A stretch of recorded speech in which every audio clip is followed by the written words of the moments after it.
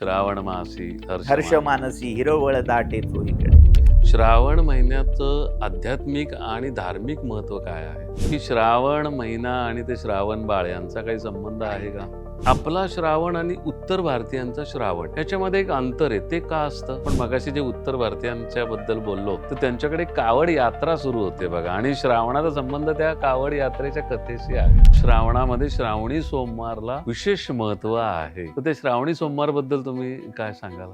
श्रावण महिन्यामध्ये केलेली जी काही काम्य व्रत असतील ते अधिक फलदायी असू शकतात. बुध आणि बृहस्पती हे दोघं ह्या दोन वारी पूजले जातात. बरं, म्हणजे इथं फक्त देवता नाहीये तर ग्रहांचं पूजन देखील आहे. या महिन्यात केलं जातं. आपलं शास्त्र किती महान आहे, त्यांनी इतक्या सगळ्या गोष्टींचा तो विचार इथे केलेला दिसतो. तर वार म्हणजे हे देवतांचीच पूजा नाहीये, त्याच्यामध्ये ग्रहांची पूजा आहे. सगळ्याचा एक उदात्त विचार करून मानवी कल्याणासाठी ही व्रत निर्माण केलेली असावीत किंवा सांगितलेली असावीत. आता आपण जेव्हा व्रत म्हणतो कुठेही, आपण मागे बऱ्याच पॉडकास्टमध्ये बोललेलो आहोत की व्रतामागे दान पण येतं. तरी तर श्रावणात काही दानं सांगितलेली आहेत का? व्रत करताना काही नियम पाळावेत का, आणि ते कुठले असावे? नाग आणि नरसोबा यांचं पण पूजन केलं जातं. की नागपंचमीचं असं काय इतिहास आहे किंवा काय पौराणिक कथा आहे त्यामागे? शेतकऱ्यासाठी तो नाग त्याचा मित्र आहे, त्याची तो पूजा करणार आहे. मग सर्वसामान्यांनी करायचं काय? का त्या मातीचा नाग करून त्याची पूजा करायची का?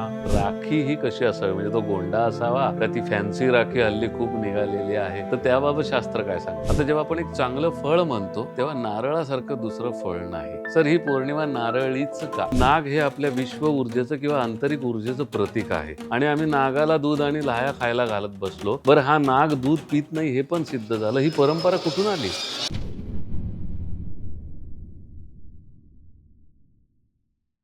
नमस्कार, निरामय जीवन या यूट्यूब चॅनलवर आपलं पुन्हा एकदा स्वागत.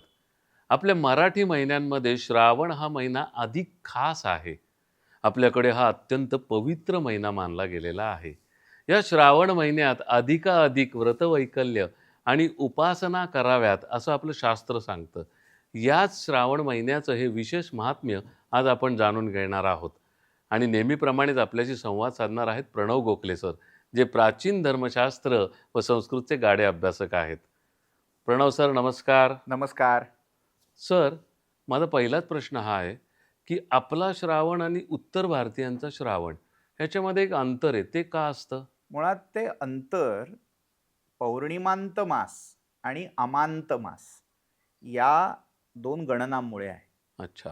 उत्तर भारतामध्ये जेव्हा महिना मोजला जातो तेव्हा हा महिना आपल्याकडे जसा शुक्ल पक्षातल्या प्रतिपदेपासून मोजला जातो तसा उत्तर भारतात म्हणजे कुठे?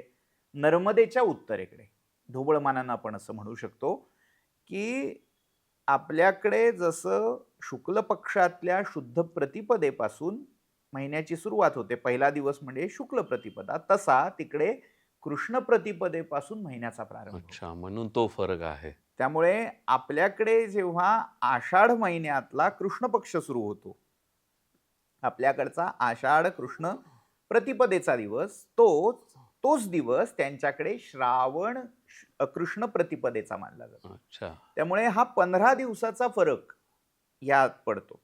पण त्याने होतं काय, त्यांच्याकडे जरी लवकर सुरू झाला तरी 15 दिवस लवकर त्यांच्याकडे संपतो. खरंय.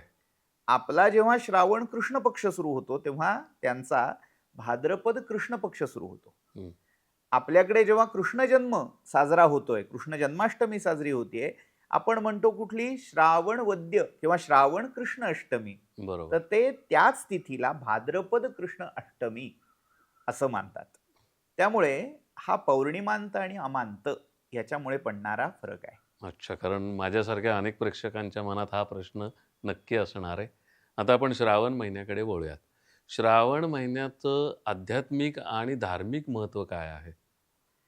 आध्यात्मिक धार्मिक हे महत्व आहे, पण त्याआधी जी वातावरणातली आत्ताची स्थिती आहे, म्हणजे ऋतुमान असं आपण धरू चालू, किंवा दुसरा त्याचा एक भाग सूर्याची अवकाशातली स्थिती आणि त्या सूर्याच्या स्थितीचा पृथ्वीवर, विशेषतः भारत देशावर होणारा परिणाम.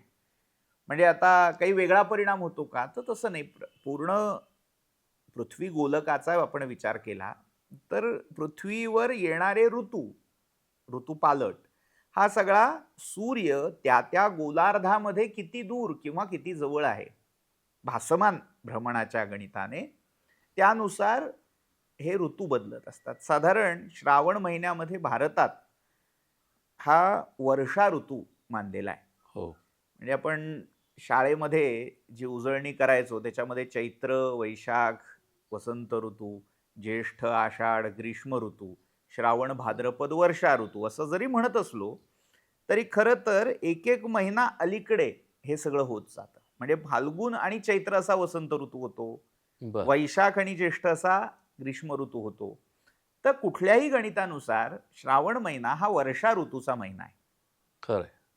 म्हणजे विपुल वृष्टी या महिन्यात झालेली असते. पाऊस भरपूर झालेला असल्यामुळे त्या पाण्याची जी ददात असते ती भागलेली असते.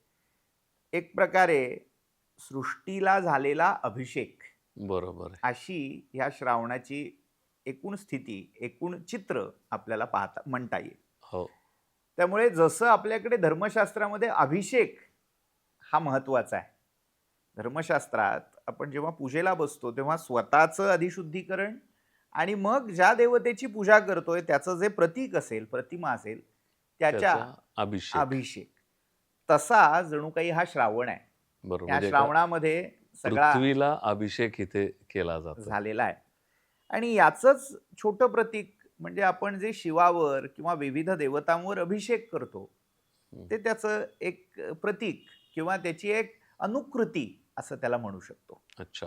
तुम्ही हे सांगताय हे पर्यावरणाच्या दृष्टिकोनातून अगदी योग्य. पण या श्रावण महिन्याचा धार्मिक आणि आध्यात्मिक याच्याशी संबंध काय? मुळात पर्यावरण, धर्म, अध्यात्म हे काही असे तुकडे नाही आहेत, हे काही विभाग नाही आहेत की हे इकडचं झालं की तिकडचं नाही. आज आपण आपल्या दृष्टिकोनाच्या सोयीसाठी म्हणजे एक एक कंपार्टमेंट सांगण्यासाठी हे विभाग, हे पर्यावरण दृष्टीने अनालिसिस करण्यासाठी हे केलंय. या सगळ्या गोष्टी एकमेकात इतक्या आजच्या भाषेत मिक्सअप झालेल्या आहेत की असं वेगळं काढणं थोडं अवघड आहे. पण तरीही धर्मशास्त्राच्या दृष्टीने श्रावण केव्हा सुरू होतो तर जेव्हा ज्या महिन्यातल्या पौर्णिमेला श्रवण नक्षत्र असतं. बर. श्रवण नक्षत्रावर जी पौर्णिमा येते त्या महिन्याला श्रावण, श्रवण नक्षत्राशी संबंधित तो श्रावण. बरं. इथे आणखीन एक छोटीशी शंका अशी आहे की तुम्ही सांगत असताना माझ्या मनामध्ये आली की श्रावण महिना आणि ते श्रावण बाळ यांचा काही संबंध आहे का? काही नाही. आपल्याकडे अशी अनेक नावं वापरली गेलेली आहेत. मग ऐतिहासिक व्यक्तिमत्व सांगताना मग तिकडे ही नावं वापरली गेली असतील. काही वेळेला त्यांचा नक्षत्र किंवा राशींशीही संबंध आहे, पण त्याचा अर्थ या महिन्याशी तो धरायलाच हवा असं काही नाही. कारण ही शंका येण्याचं कारण काय की आपण मगाशी जे उत्तर भारतीयांच्या बद्दल बोललो तर त्यांच्याकडे कावड यात्रा सुरू होते बघा, आणि श्रावणाचा संबंध त्या कावड यात्रेच्या कथेशी आहे. हो, पण श्रावण बाळाने कावड नेलेली नाही. कावड उत्तर भारतामध्ये जी कावड यात्रा असते ती गंगेचं पाणी घेऊन, अच्छा, वेगवेगळ्या प्रदेशातून जेव्हा ती गंगा वाहतीये तेव्हा तिचं पाणी घेऊन शिवाच्या एखाद्या तीर्थक्षेत्री जाऊन अभिषेक घालणं, त्याला ती गंगेची कावड घेऊन ती यात्रा परिक्रमा करणं, असा त्या कावड यात्रेचा खरा आशय आहे. आणि आपण जी रामायणातली श्रावण बाळाची कथा ऐकत आलेलो आहोत तर त्यामध्ये श्रावण बाळ हा गंगेचं पाणी नाही, आपल्या आई वडिलांना घेऊन तीर्थयात्रा करायला निघालाय. म्हणजे त्याचा आणि याचा काही संबंध नाहीये. असेलही, पण तो कुठेही स्पष्ट झालेला नाही. अच्छा. आपण जेव्हा विधान करतोय, आपण जेव्हा त्याच्यातून काहीतरी तात्पर्य काढतोय तेव्हा त्याला काहीतरी एव्हिडन्स असला पाहिजे. जी काही रामकथा आपल्याकडे उपलब्ध आहे, वाल्मिकी असेल किंवा अन्य, तर त्याच्यामध्ये मुळात वाल्मिकी रामायणाचा जर आपण विचार केला तर तिथे श्रावण बाळाच्या कथेला फार आजच्या भाषेत फुटेज दिलेलं नाही. ते अगदी छोटीशी, अगदी त्या रामांच्या वनवासानंतर दशरथाला आपल्या पूर्वायुष्यातली झालेली एक आठवण आहे. तिथे मग कुठल्या महिन्यात त्याने तीर्थयात्रा केली का काय असा काहीही संबंध नाही, तिथे दिसत नाही. आणि कावड यात्रा ही टोटली वेगळी आहे. हा म्हणजे एक आवड इकडे आई वडिलांची आणि तिकडे गंगा मैयाची, हा, एवढा संबंध कुणाला जोडायचा असला तर ते जोडू शकतात. हरकत नाही. आपण मूळ विषयाकडे येऊयात. तुम्ही श्रावणाचं धार्मिक महत्व सांगत होता. तर श्रवण नक्षत्र ज्या पौर्णिमेला येतं तो महिना श्रावण. मग त्याच्यात आध्यात्मिक महत्व काय? आध्यात्मिक म्हणजे आपण ज्याला आत्म्याविषयी जे काही आहे ते सगळं आध्यात्मिक. मग खरं तर प्रत्येक महिना आध्यात्मिकच आहे, हो, कारण आत्मा सोडून आत्मा वगळून असं काही आपल्याला कधीही करता येणार नाही, त्रिकाळही. मग नेमकं श्रावणाचं या सगळ्या ध्यानधारणा असेल, उपासना असेल, याच्याशी नातं काय? तर जेव्हा आपल्या आजूबाजूचं सगळं वातावरण हे तृप्त झालेलं असतं, हो. निसर्ग बहरलेला असतो. बहरलेला असतो, त्या तृप्तीतून जेव्हा काही तुम्ही उपासना करता, ती उपासना एक अध्यात्मातला म्हणा, आत्मसाक्षात्कारातला म्हणा, वेगळा आयाम उलगडून जाते. अच्छा. होतं काय, आपल्याला गरज असताना आपण जेव्हा उपासना करतो, मला हे हवंय, मला ते हवंय, काम्य, काम्य. त्या उपासना अशा सातत्याने वर्षभर काही ना काहीतरी हे ते या निमित्तानं होत असतात. पण जेव्हा आजूबाजूची सृष्टी ही तृप्त झाली पाण्याने किंवा अन्नधान्याच्या समृद्धीने, त्यावेळी तुमच्या आतली सृष्टी, तुमच्या आतली प्रकृती ही तृप्त असायला पाहिजे. आयडियली हा आदर्शवाद आहे. मग ती तृप्ती झाल्यावर काय तुम्ही करावं? बरोबर. तर मग ज्याच्या कृपेने ती तृप्ती तुम्ही अनुभवता आहात त्याच्याविषयी कृतज्ञता व्यक्त करायची. म्हणजे आता ह्या महिन्यामध्ये ज्या परमेश्वराच्या कृपेने आपल्याला पाऊस मिळतोय, पाणी सगळीकडे मिळतं. छान हां. सुजलाम सुफलाम सगळं झालेलं आहे, भाताची शिवारं असतील किंवा सगळीकडे हिरवळ भरून राहिलेली हो, आहे, श्रावण मासी हर्ष हर्षमानसी. मानसी हिरवळ दाटे चोहीकडे. तर ते झाल्यावर आपली चित्तवृत्ती आपसूक उत्फुल्ल झाली पाहिजे, प्रसन्न प्रफुल्लित होते. झाली हां. पाहिजे. आणि त्या प्रसन्नतेतून जेव्हा, तृप्तीतून जेव्हा उपासना घडेल, अच्छा. ती आतपर्यंत पोचते. आतपर्यंत म्हणजे त्या परमात्म्यापर्यंत पोचते. त्यामुळे मग शिवावर अभिषेक असेल, वेगवेगळी उपवास व्रत असतील, या सगळ्यांचा मग विचार आपल्याला त्या एका दृष्टीनेही करता येतो. बरोबर. तुम्ही म्हणता ही काम्य उपासना आहे, तर बहुतेक लोकं ही काम्य उपासनाच करतात. पण श्रावण महिन्यामध्ये केलेली जी काही काम्य व्रतं असतील, ती अधिक फलदायी असू शकतात का? अर्थात त्या व्रत आचरण करणाऱ्याची जशी भावना असेल, इथे कोणता काळ आहे ती कालशुद्धी महत्वाची आहेच. आपल्याकडे कोणती गोष्ट फक्त भावना, फक्त काळ, फक्त कर्म अशी विभागलेली नाही. ह्या सगळ्यांचा जेव्हा संयोग होतो, हं. सगळे एक साथ जेव्हा येतात, त्या सगळ्यातून जो परिणाम होतो तो आपल्याकडे महत्वाचा आहे. साक्षात्कार त्यातून होतो. बरं. मी फक्त कालशुद्धी पाहिली, म्हणजे एखादं उत्तम पर्व आहे, पण त्या उत्तम पर्वावर मी काय केलं? मी झोपूनच राहिलो. किंवा मी बरंच काही केलं, पण ते ज्या काळात केलं तो काळ तितका असा पवित्र नव्हता. मग त्या दृष्टिकोनातून श्रवण नक्षत्र हे किती महत्वाचं ठरतं? श्रवण हे विष्णूंचं नक्षत्र आहे, अच्छा. भगवान नारायणांचं. आता आपल्याकडे जर गंमत पाहिली तर भगवान विष्णूंचा पूर्णावतार श्रीकृष्ण या हो. महिन्यामध्ये अवतीर्ण झाला. खरं तर विष्णू संबंधी असा हा महिना असायला हवा. पण बरं. आपल्याकडे हरी आणि हर हे एकात्म मानले जातात. हरीच्या या महिन्यामध्ये हराची उपासना केली जाते, शिवाची उपासना केली हं. जाते. आणि दुसरं एक नक्षत्र आहे कृत्तिका नक्षत्र. ते कृत्तिका नक्षत्र जेव्हा पौर्णिमेच्या योगे येतं तेव्हा त्या महिन्याला आपण म्हणतो कार्तिक. हं. कार्तिक महिना, कृत्तिका नक्षत्र हे अग्नी संबंधीचं नक्षत्र आहे. अग्नीचं नक्षत्र, अग्निर्वयी कृत्तिकायाम म्हणजे तैत्तिरीय नावाची एक यजुर्वेदाची शाखा आहे, त्याच्यामध्ये अग्नीने स्वतः कृत्तिका नक्षत्रावर यज्ञ केला अशी एक कथा आहे.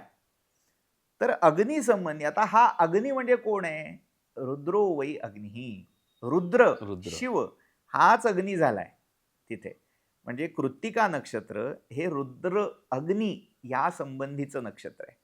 ज्या नक्षत्रावर पुढे कार्तिकेयाचा जन्म झालाय हो. म्हणून कार्तिक पौर्णिमा ही कार्तिकेयाच्या जन्माची तिथीही काही ठिकाणी मानली जाते, साजरी केली जाते.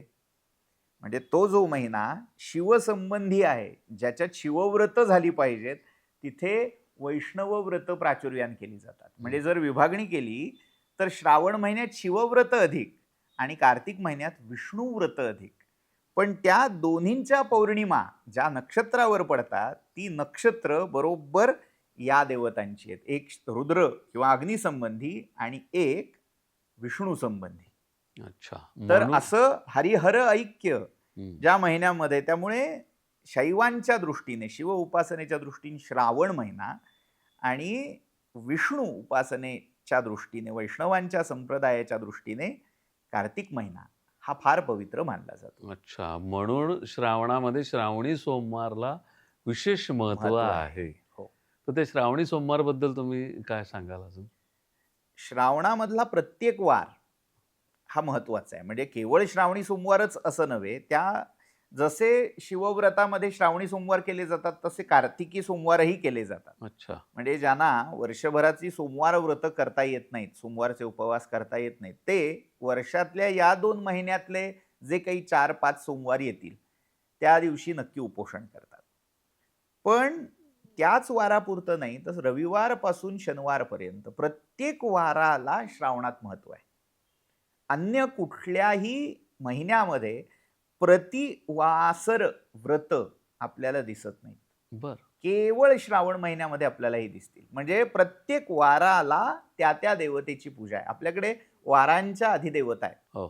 त्याच्या मागचं तर्कशास्त्र असं आहे की तो वार त्या त्या ग्रहाच्या नावावरून प्रचलित आहे. का? तर तो दिवस ज्या दिवशी म्हणजे सूर्योदय जेव्हा होतोय तेव्हा ज्या ग्रहाच्या होऱ्यात तो दिवस सुरू होतोय, होरा हे कालगणनेतलं एक एकक आहे, त्या ग्रहाच्या होऱ्यावरून त्या वाराचं नाव ठरतं. उदाहरणार्थ आज आपण सोमवार आहे असं जर मानलं तर याचा अर्थ सूर्योदयाच्या वेळी जो पहिला होरा सूर्योदयापासून गणला जाणार आहे तो सूर्याचा आहे, रवीचा आहे. सोमवार असेल तर सोमाचा आहे, चंद्राचा आहे. मंगळ ज्या दिवशी असेल तो मंगळवार आहे. असं रविवारपासून शनिवारपर्यंत कालगणन केलं जातं. त्याच्यावरून हे आपले वार ठरतात. वार म्हणजे कॅलेंडरमध्ये असे आता हा वार हा दिवस या दिवशी आला, या क्रमानं आला म्हणून तो रविवार, असं काही त्यातलं हे नाही. त्यातल्या ज्योतिषीय गणनेवरून त्याची नावं ठरतात. मग त्या प्रत्येक ग्रहाची एक अधिदेवता आणि एक प्रत्यधिदेवता आहे. हा ज्योतिषातला थोडा तपशिलातला विषय, आपण तिकडे न गेलेलं बरं, कारण मग श्रावण बाजूला राहील आणि त्या ग्रह आणि मग अधिदेवता प्रत्यधिदेवता ह्यावरच बोलावं लागेल. सूर्याची अधिदेवता एक आहे, सोमाची अधिदेवता. आता वेदांग ज्योतिषातल्या अधिदेवता थोड्या वेगळ्या आहेत. आपण नंतर ज्या मानतो म्हणजे ज्या प्रचलित समाजात पूजल्या जातात त्या देवता थोड्या वेगळ्या आहेत. मग सूर्याची अधिदेवता कोण? सूर्याची अधिदेवता म्हणजे प्रत्यक्ष सूर्यनारायण किंवा भैरव, कालभैरव, क्षेत्रपाल, राम जो सूर्यवंशातला विष्णूंचा अवतार आहे, यांची उपासना रविवारी केली जाते. शिव हा सोमवारी पूजला जातो. देवी, गणपती किंवा दक्षिणेमध्ये सुब्रह्मण्य, कार्तिकेय यांची पूजा मंगळवारी केली जाते. बुधवारी आपल्याकडे विष्णू पूजा होते. विष्णू किंवा कृष्ण, पांडुरंग ही जी सगळी नारायणाची रूपं आहेत ती सगळी विशेषतः बुधवारी पूजली जातात. पण उत्तर भारतामध्ये जर तुम्ही गेलात तर तिथे त्या दिवशी गणपती पूजला जातो.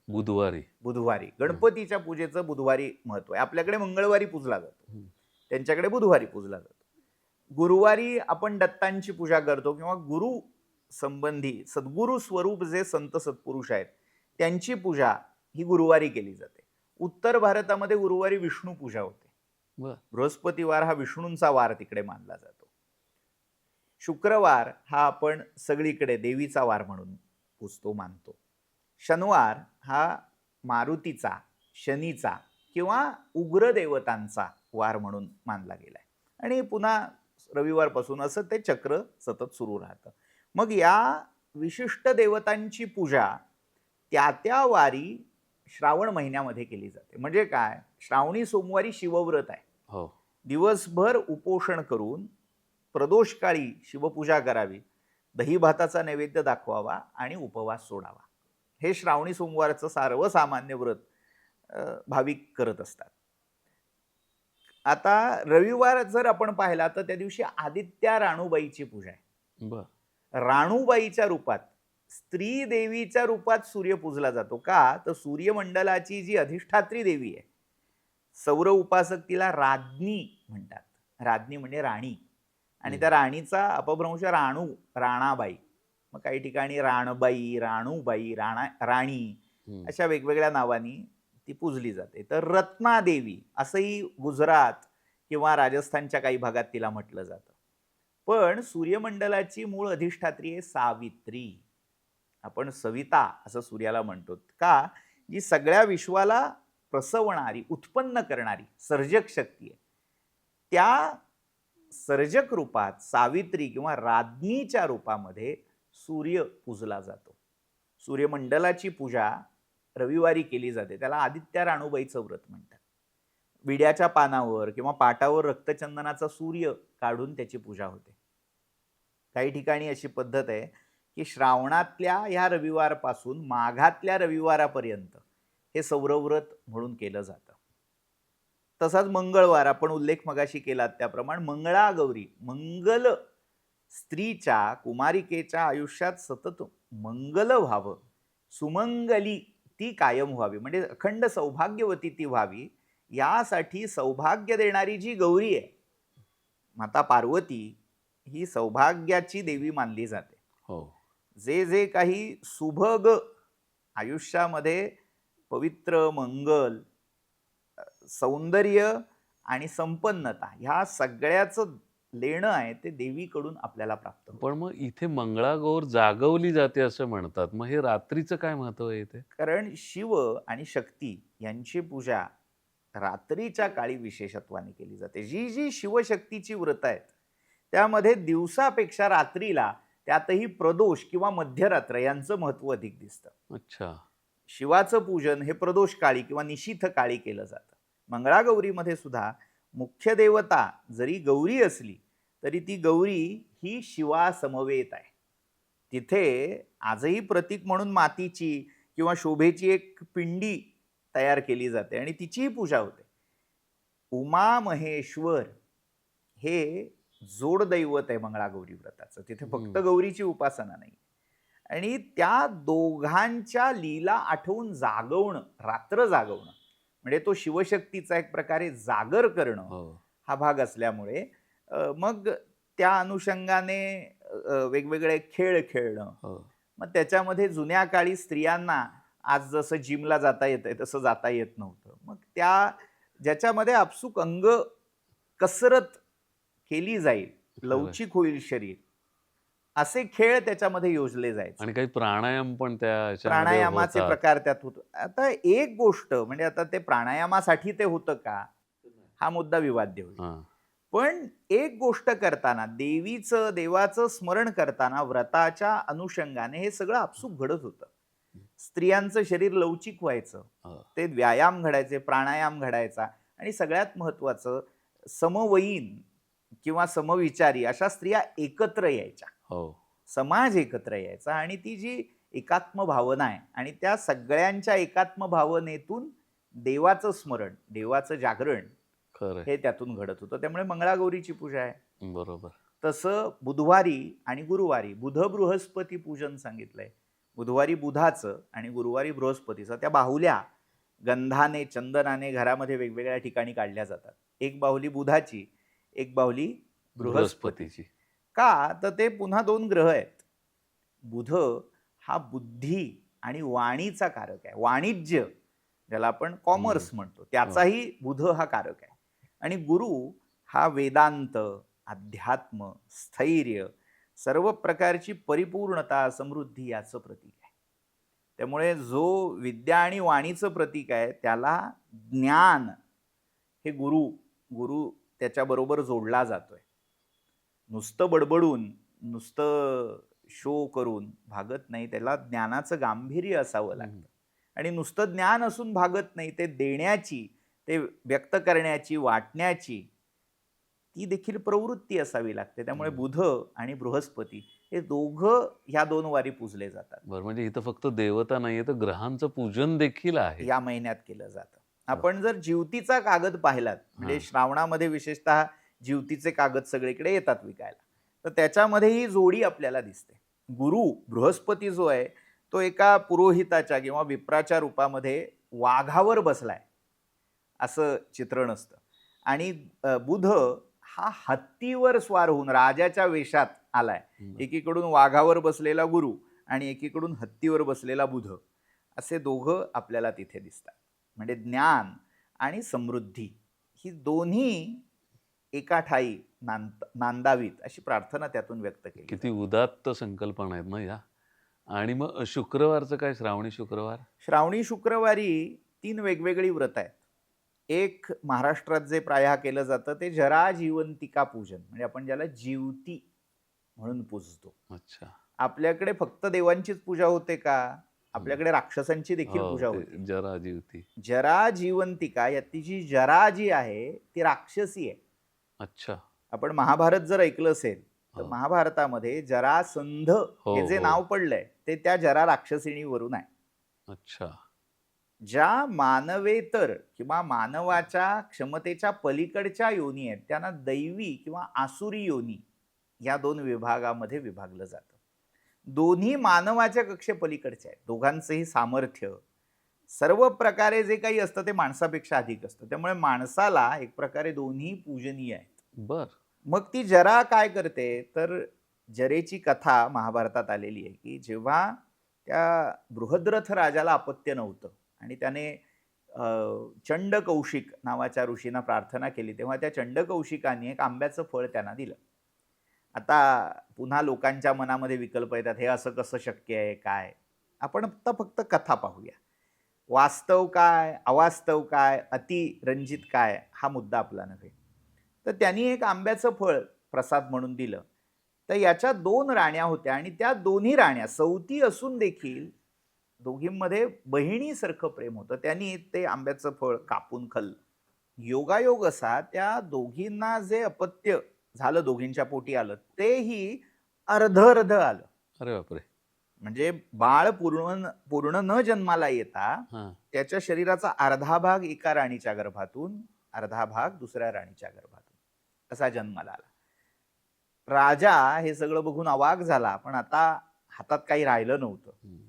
मोठ्या अनिच्छेने त्याने ते मृतवत असणारं कलेवर 2 तुकडे आपल्या नगरी बाहेर टाकून दिले. त्या नगरी बाहेरच्या रस्त्यावरून ती जरा नावाची राक्षसी चालली होती आणि या जरा राक्षसीचं पूजन बृहद्रथ राजाच्या नगरीमध्ये घरोघरी होत होतं. बर. त्यामुळे ती जरा राक्षसी त्या राजावर प्रसन्न होती आणि तिने विचार केला, राजा अनपत्य आहे, त्याला हे झालेलं अपत्य पण असं मृतवत जन्माला आलं, 2 तुकड्यामध्ये शकलामध्ये जन्माला आलं, तर आपण त्याचं सहाय्य करावं. म्हणून त्या राक्षसीने ते सांधलं, जोडलं, जरेने सांधलं म्हणून त्याचं नाव पडलं जरासंध. जरासंध. आणि आश्चर्य असं की जेव्हा तो सांधला गेला तेव्हा तो जिवंत झाला. अच्छा. मग ते अपत्य जरेने राजाला सुपूर्द केलं वर म्हणून. आणि असा तो बृहद्रथ राजाचा मुलगा पुढे मोठा पराक्रमी जरासंध महाभारतामध्ये प्रसिद्ध झाला. तर ती जरा राक्षसी पूजली जाते का?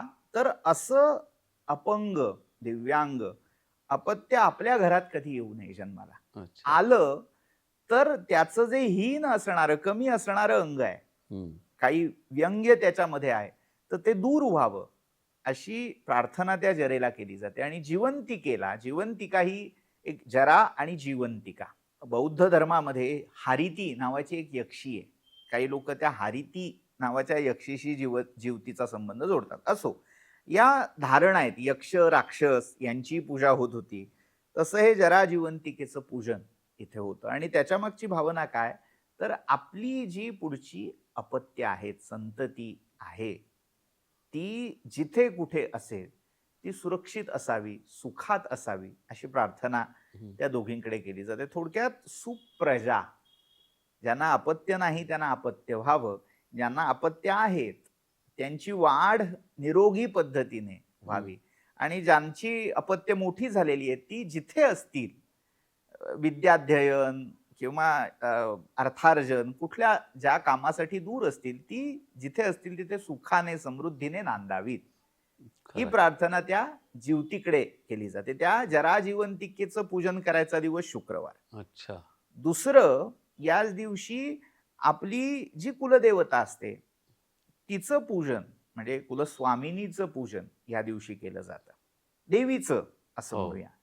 देवी पूजनाचा हा वार आहे. आणि तिसरं महत्वाचं म्हणजे वरदलक्ष्मीचं व्रत, लक्ष्मी व्रत हे या दिवशी केलं जातं. विशेषतः श्रावणातला दुसरा शुक्रवार पाहून बर. या व्रताची सुरुवात होते. लक्ष्मीचं पूजन आपल्याकडे जसं गौरी पूजन आहे तसं दक्षिण भारतामध्ये लक्ष्मीचं पूजन या दिवशी विशेषत्वाने केलं जातं. ऐश्वर्य, समृद्धी, समाधान, सौंदर्य ह्या सगळ्याची अधिष्ठात्री लक्ष्मी आहे. अच्छा. तर तिचं पूजन या दिवशी केलं जातं. तिला पायसाचा, दूधसाखरेचा नैवेद्य दाखवला जातो. आपल्याकडे जशी सत्यनारायणाची व्रतपूजा मोठ्या थाटामाटात केली जाते तशी ही वरदलक्ष्मीची पूजा ही तशीच केली जाते. आणि शनिवारी पुन्हा नरसोबा म्हणजे ज्यांचं कुलदैवत नरसिंह आहे, अच्छा. उग्र हो, रूप आहे. हो. नारायणाचा अवतार असला तरी उग्र रूपात आहे. त्यामुळे त्याच्या पूजेला शनिवार योजला जातो. शनिवारी बरं. नरसिंह पूजन होतं किंवा नागपूजन. बर. नाग नरसोबा, हम्म. मारुतीचा शनिवार आहे. हो. शनिदेव, शनैश्चर त्याची पूजा आणि या व्यतिरिक्त अश्वत्थ पूजा अशा 5 पूजा म्हणजे ज्यांच्याकडे ज्याचा पूजेचा प्रघात आहे त्याच्यानुसार. सगळ्या पूजा सगळ्यांनी करायची गरज नाही. कुळधर्माप्रमाणे ज्याची पूजा केली जात असेल ती पूजा त्या शनिवारी केली जाते. अच्छा. म्हणजे उगाच मला वाटलं तुमचं ऐकून की आता मी हे करावं असं असं करू नये. या आपलं सगळ्यामध्ये कुलधर्म प्रमाण आहेत बर. किंवा कुळधर्म ज्यांना माहीत नाही आपल्या घरच्या मोठ्या ज्येष्ठ व्यक्तींकडून किंवा आपले जर गुरु असतील त्यांनी काही आपल्याला यामध्ये मार्गदर्शन केलं असेल तर त्यानुसार ही सगळी व्रत करायची. अच्छा. म्हणजे ज्याचा जो कुळधर्म आहे तो त्या वाराची ती उपासना करेल. आता जर आपण एक सर्वसाधारणपणे बोलायचं झालं तर हे व्रत करताना काही नियम पाळावेत का आणि ते कुठले असावेत? यामध्ये उपवास व्रताचं प्राधान्य आहे. म्हणजे बरेच व्रत ही उपवास प्रधान आहेत. उपवासामध्ये सुद्धा 2-3 आपण मागेही काही पॉडकास्टमध्ये यावर चर्चा केली आहे की एकभुक्त, नक्त आणि अनशन किंवा निराहार या 3 पद्धतीने उपवास होतात. एकभुक्त म्हणजे थोडक्यात रात्री उपवास करायचा, दिवसा म्हणजे सूर्य आहे तिथपर्यंत भोजन करायचं. अच्छा. सूर्यास्तानंतर भोजन न करणं याला म्हटलं जातं एकभुक्त. सूर्यास्तानंतर भोजन करायचं ह्याला म्हटलं जातं नक्त. म्हणजे संकष्टी, प्रदोष ही व्रत जी आहेत ती नक्त व्रत आहेत. म्हणजे दिवसभर उपोषण करायचं, निराहार राहायचं आणि प्रदोष काळी त्या देवतेची पूजा करून किंवा चंद्रोदयाला त्या देवतेची पूजा करून मग भोजन करायचं. याला म्हणतात नक्त व्रत. आणि तिसरं निराहार म्हणजे पूर्ण 24 तास सूर्योदयापासून दुसऱ्या दिवशीच्या सूर्योदयापर्यंत. अनेक लोक याच्यात आपली अक्कल चालवतात. ते म्हणतात की 12 वाजल्यानंतर दिवस बदलतो.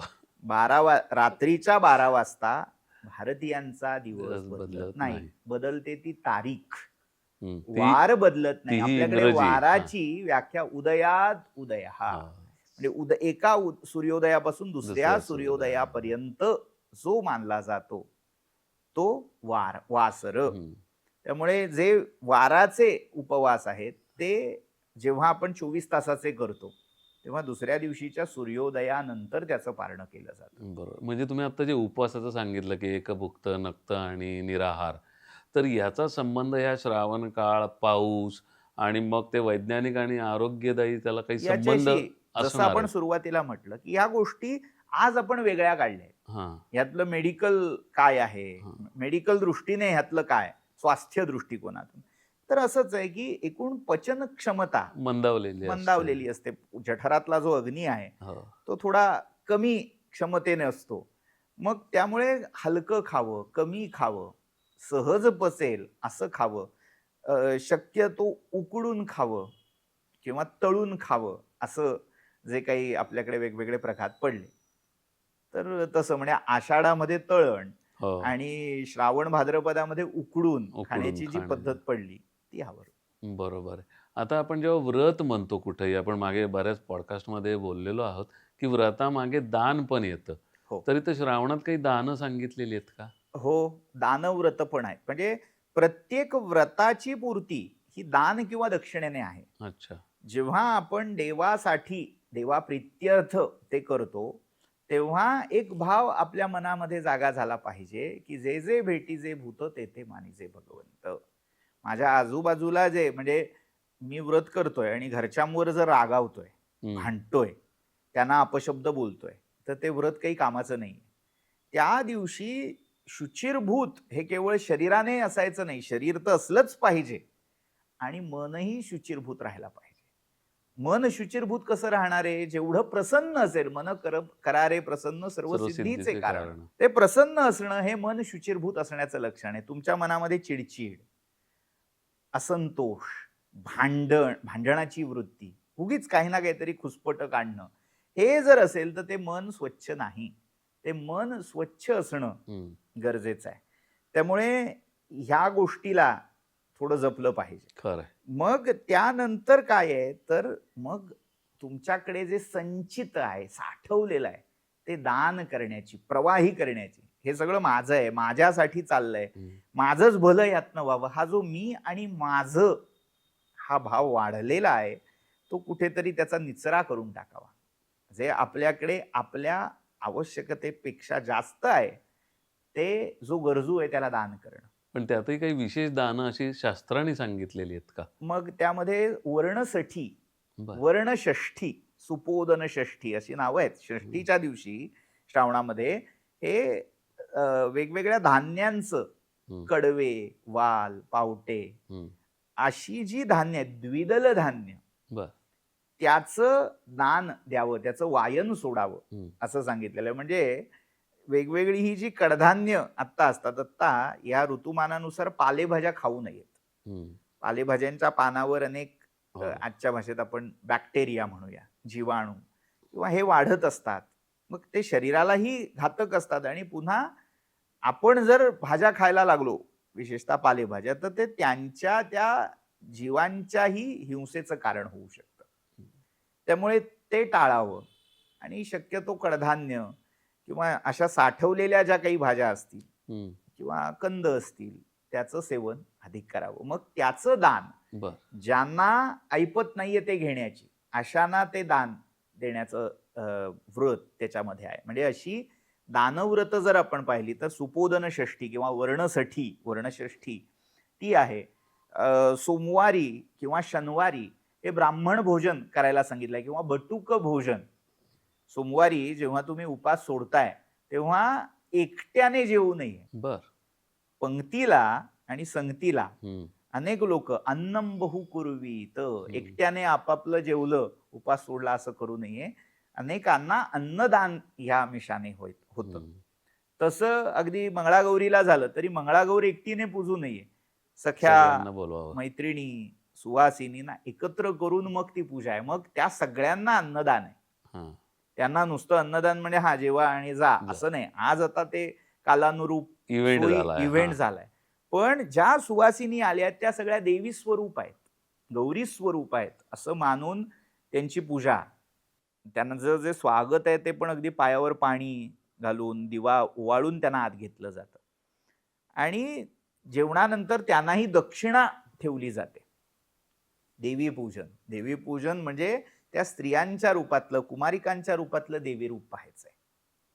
किंवा जेव्हा शनिवारी उपास केला जातो तेव्हा संध्याकाळी बटुक भोजन करावं. म्हणजे जे मुंज झालेले बटू आहेत, म्हणजे नुकतंच समजायला लागलंय मुंज झालीये, तर त्यांना त्या दिवशी भोजन घालावं. 8 वर्षाच्या पुढच्या. मग अगदी त्यांना न्हाऊ माखू घालावं. त्यांच्या शेंडीला ज्या कहाण्या आहेत वेगवेगळ्या, हे सगळं करत असताना ही व्रत कशी करावी, त्याच्यामधले जे विधी आणि निषेध आहेत याविषयी कहाण्या आपल्याला बरीच छान माहिती देतात. कहाणी संग्रह घरोघरी असतो महाराष्ट्रात. तर तो जर आपण पाहिला तर त्या संपत शनिवारची कहाणी येते किंवा शनिवारची कहाणी येते. मग तो मारुती किंवा शनिदेव बटुकाच्या रूपामध्ये तिच्या घरी येतात, हम्म, भिक्षा मागतात. मग जी सच्शील होती हम्म, ती त्याला तिच्या ऐपतीप्रमाणे जे असेल ते देते आणि जी दुराचरणी होती, श्रीमंत होती, मात्र ती त्याच्याकडे कानाडोळा करते. मग कोणाला कसं फळ मिळतं ह्या कहाण्या सांगतात. म्हणजे आपल्याला त्या ऐकून त्या बाळबोध वाटतात, की "हां, यातनं काय?" पण मानवतेचा जो शाश्वत संदेश आहे, की ज्याच्याकडे आहे त्याने ते माझं आहे असं म्हणत न म्हणून राहता ते वाहतं प्रवाही करावं. जो अक्षम आहे, ज्याला सामर्थ्य नाही त्याला ते द्यावं हम्म. आणि या प्रकारे समाजाने एकसंध होऊन एकमेकांसाठी म्हणजे संभूय समुत्थान खरं. साधावं हा संदेश या सगळ्या व्रतातून म्हणजे जेव्हा दानही केलं जातं तेव्हाही ते गरजूंना द्यावं हम्म. हे अधोरेखित करून ह्या कहाण्यांनी आपल्याला सांगितलेलं आहे. खरं. तुम्ही इतकं छान सांगताय ना आणि हे ऐकत असताना मला असं वाटतं, की आपलं शास्त्र किती महान आहे. त्यांनी इतक्या सगळ्या गोष्टींचा 360 डिग्री ज्याला आपण म्हणू तो विचार इथे केलेला दिसतो. म्हणजे फक्त वार म्हणजे हे देवतांचीच पूजा नाहीये, त्याच्यामध्ये ग्रहांची पूजा आहे, त्याच्यामध्ये सूर-असुर आहेत. हे सगळ्याचा एक उदात्त विचार करून मानवी कल्याणासाठी ही व्रतं निर्माण केलेली असावीत किंवा सांगितलेली असावीत. तर सर मगाशी तुम्ही म्हटलात, की नाग आणि नरसोबा यांचं पण पूजन केलं जातं. तर त्या नागपंचमीकडे आता मला यायचं आहे, की नागपंचमीचा असं काय इतिहास आहे किंवा काय पौराणिक कथा आहे त्यामागे? आता आपल्याकडे स्थिरचर सृष्टीतल्या प्रत्येका ठायी परमात्मा आहे ही मुख्य श्रद्धा आहे. म्हणजे दुर्दैवाने काय झालं स्वातंत्र्यपूर्व काळात किंवा स्वातंत्र्योत्तर नजीकच्या काही काळामध्ये गारुड्यांचा देश, नागसापांचा खेळ करणारा देश म्हणून भारताची प्रसिद्धी हो, बाहेरच्या जगामध्ये करवून गेली सहेतुक. हो. पण त्यामुळे भारताची प्रतिमा म्हणजे नाग, साप, कुठेतरी असं काहीतरी गारुड हो, ज्याचं आहे, हो. काळी जादू असं त्याचं चित्रण उभं केलं गेलं. पण हे सगळं करत असताना कुठेतरी नागपूजक हे भारतामध्ये प्राचीन काळापासून आपल्याला दिसतात. मुळात नाग म्हणजे भीती देणारा, भीतीदायक असा एक जीव एवढं न राहता त्या नागाचा सृष्टीशी घनिष्ठ संबंध मानलाय. तो नाग केवळ चावणारा आहे, विष बाधा ज्याच्यामुळे होऊ शकते असा जीव आहे का? तर नाही. तो शेतकऱ्याचा मित्र आहे. हो. तो शेतामध्ये असल्यावर घुशी, उंदीर असे जे उपद्रव मूल्य असणारे दुसरे प्राणी आहेत, त्यांना नियंत्रणाखाली तो नाग ठेवतोय. हे पर्यावरणातलं म्हणजे अन्नसाखळी आपण ज्याला म्हणतो, त्यातलं त्या नागाचं स्थान ओळखून त्याच्याविषयीची कृतज्ञता आहेच. हं. पण त्याच बरोबरीने नागाचं एक आध्यात्मिक किंवा धार्मिक महत्वही पाहिलेलं आहे. आपल्याकडे जी ऊर्जा आहे, शक्ती आपण ज्याला म्हणतो, हो. त्याचं जे चित्रण केलं तर ते कसं आहे तर ते नागासारखं येतं. हं. आपण फिजिक्समध्ये शिकलेलो आहोत की ती ऊर्जा जेवढी एन्टँगल्ड होते हो. म्हणजे ती अशी कडबोळ्यासारखी, चकलीसारखी होते. ती अशी एका केंद्राभोवती सतत तिची स्पंदनं, तिच्या हं. ज्या लहरी आहेत, त्या प्रसरण आकुंचन, आकुंचन प्रसरण हा खेळ खेळत राहतात. हे जे रूप आहे त्याचं जर चित्रण केलं तर ते सर्पासारखं, सर्पिलाकृती असं हो, दिसतं. हो. अगदी ह्या विश्वातलं सगळ्यात मोठं रूप, खगोल रूप हे आकाशगंगा आहे. हो. आकाशगंगा जरी आपण पाहिली, हा सगळा ऊर्जेचा, शक्तीचा खेळ आहे. हं.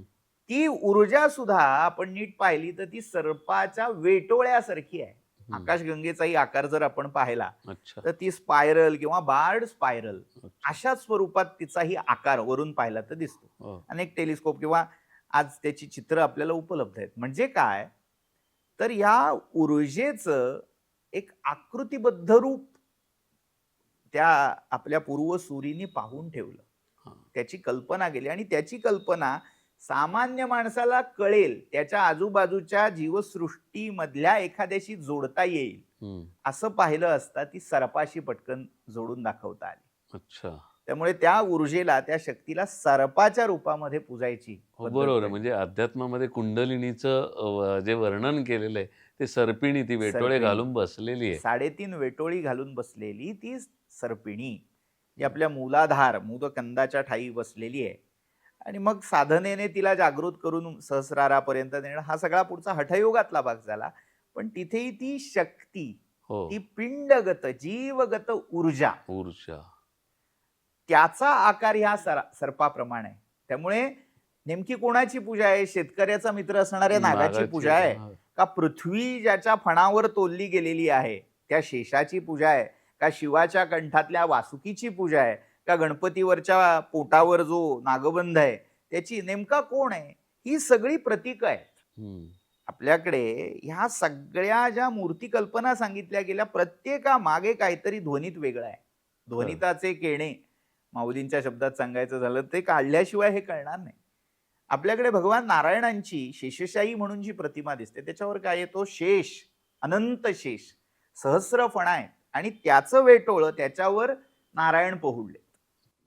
नारायण हे त्या परमपुरुषाचं, परमात्म्याचं जर एक रूप आपण मानलं, तर तो पहुडला कशावर आहे? शेषावर.